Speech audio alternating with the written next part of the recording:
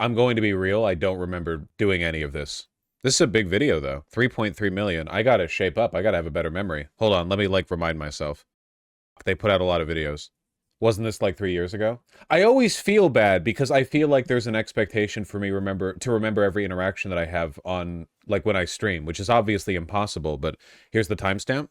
Okay, like, I mean, flat out, like, if anyone has adjusted their perspective, like, I think that's fantastic. I mean, as long as they haven't adjusted it for the worse, I guess. They could always be worse. I'm not going to have to listen to my voice, am I?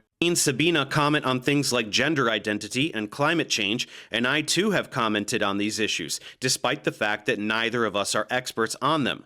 Although I did not watch those videos in depth, but rather only skimmed them, I did not immediately detect anything firmly unscientific or misleading in them. Others who work in those areas Hey, look, it's me. can absolutely disagree. Perhaps she got some nuance incorrect, or even made significant errors. I myself got some nuance incorrect when commenting on gender identity. Let's all get past this confusion about trans people. I remember that. One of the biggest red pills for me has been understanding just how little the scientific... Sorry, I shouldn't say the scientific mindset, because the scientific mindset is good. Just how little the common understanding of the scientific mindset applies to language in particular, but sociology broadly, you know? It's like, it reminds me a little bit of, like, when I was younger and someone's upset with you because I'm a guy. You try to, like, debate them out of their feelings, but then when you get older and you have a bit of life experience, you're like, hold on, why would I do that? That the feelings are there, they're real, and they're being had right now. Like, you have to engage with that. You can't debate them out of that, you know? And likewise, it's because that's like kind of like an emotive thing or like an experiential thing. Like, unironically, I won't question your life experiences, but in the context of an interpersonal interaction. And when it comes to gender stuff, like, you kind of start from the end, right? You start from the finish line, which is, if people are trans, people are trans. That's that. You can't argue out of that. If people feel that way, they feel that way. That's it. You can argue about it being like a social contagion or whatever, but then you open yourself up to the counter argument that literally everything is, right? Do we, like, are bugs cisgender because they identify as the gender that they were, like, assigned at birth? It's all socially constructed, you know? Like, there's no getting out of that. If being gay is a social contagion, so is being straight. You know, you can't get out of that. There's no, like, natural state. You're engaging in the naturalistic fallacy of assuming that because you're used to a certain set of things, that set of things are not only normal and natural, but also, like, the default state of being. Like, there's some kind of cosmic rule that by default something should be straight, and an aberration, like a deviation from that, is the thing that has to be, like, weighed in as, like, let me put it this way, guys. The understanding of a disease is a social construct. For one, whether or not you're sick or ill is, like, literally in part, like, the criteria for determining this is literally socially determined, whether or not it impedes your life in any function, like whether or not it negatively impacts your life. After all, your body carries, like, at any given moment, literally trillions of harmful bacteria. It just hasn't taken hold. So at what point, what number of a given bacteria do you have to have? How much of the, like, listeria bacteria do you need to have before it's enough that you're sick with listeria? Because if it's just one, I got some bad news for a lot of you people.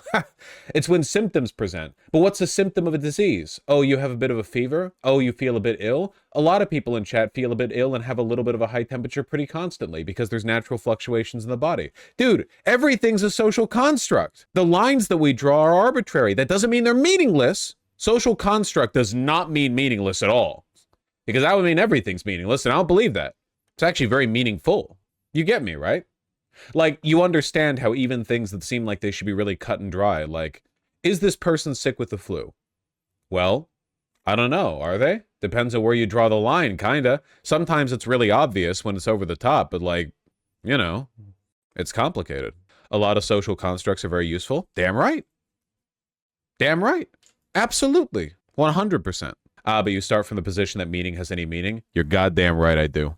The most effective argument against a moral nihilist is to simply kill them. Nihilism doesn't mean that. I know, but it's funny to say, and I want to say it. And what does nihilism mean anyway, you linguistic prescriptivist?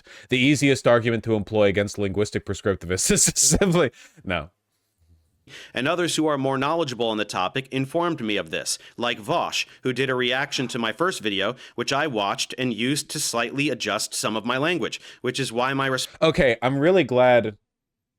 I'm glad about the. Okay, I know that I can be like really combative, especially when it comes to trans issues, because for one, I have a lot of friends who are trans, so I guess like I take the issue like personally seriously, and also my entire community, and also it's kind of like a litmus test for a bunch of other progressive issues. So I was worried that I might have come off like a huge dick, because when I first saw the video like thumb that I saw like in the video preview responding to hack Sabine Hostenfelder's terrible anti-trans video. And I knew it wasn't that guy, but I was worried like, oh, do I mention him in this video and that's what's getting critiqued? Was I like super uncharitable? But okay, I'm glad that okay, that's cool. Hand on your heart, are you stoked that he's not? I don't care if people are mad at me. What I care about is like, did I convey the ideas well? Because I don't want to. I don't want to be a like dick, you know. I'm like my goal isn't to. I don't want to like alienate people. You said he had dumb stem brain in that video. Well, yeah, you know, I say that about a lot of people, and frankly, it's an underapplied criticism. So you know. First video, which I watched and used to slightly adjust some of my language, which is why my response to the idiot Matt Walsh was much more on point. Perhaps Sabine has experienced something similar, so I am not criticizing the topics she chooses to communicate. Some take issue with the fact that she makes clickbait content. Okay, and the rest is talking about Sabine. That's nice. I'm very happy to know that. And of course, like nothing makes me happier than like the idea that in spite of all the, I guess, vitriol, much of which is created directly by me, that like, you know, we can still get something akin to a positive interaction here. And they're critiquing Sabine. I don't like Sabine. This is actually funny because we had a trans man come into the server that cited this guy, and hopefully your criticism helped him to understand not to spread info that comes off like that. Yeah, I think that like, and this is one of the reasons why I've been really critical of certain types of pro-trans advocacy, which is that I genuinely think if you get the trans thing, you're good.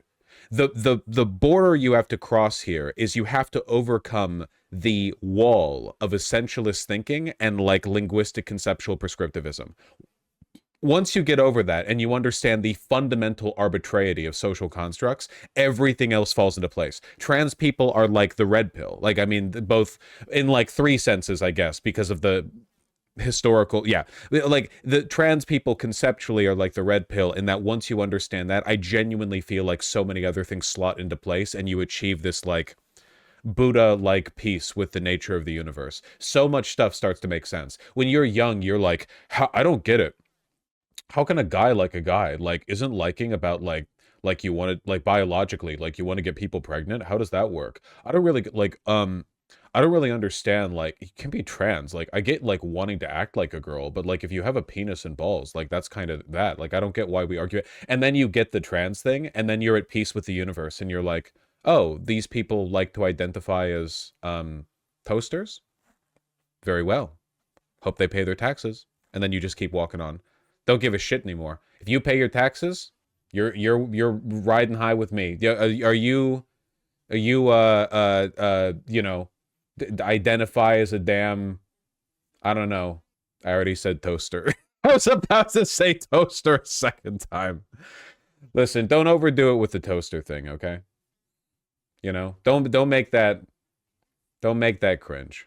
And I think it's the exact same reason why so many people like transphobia turns their brain into actual genuine soup, you know? Like a lot of people fall down this pipeline where they don't get the trans thing and then their brain turns into soup.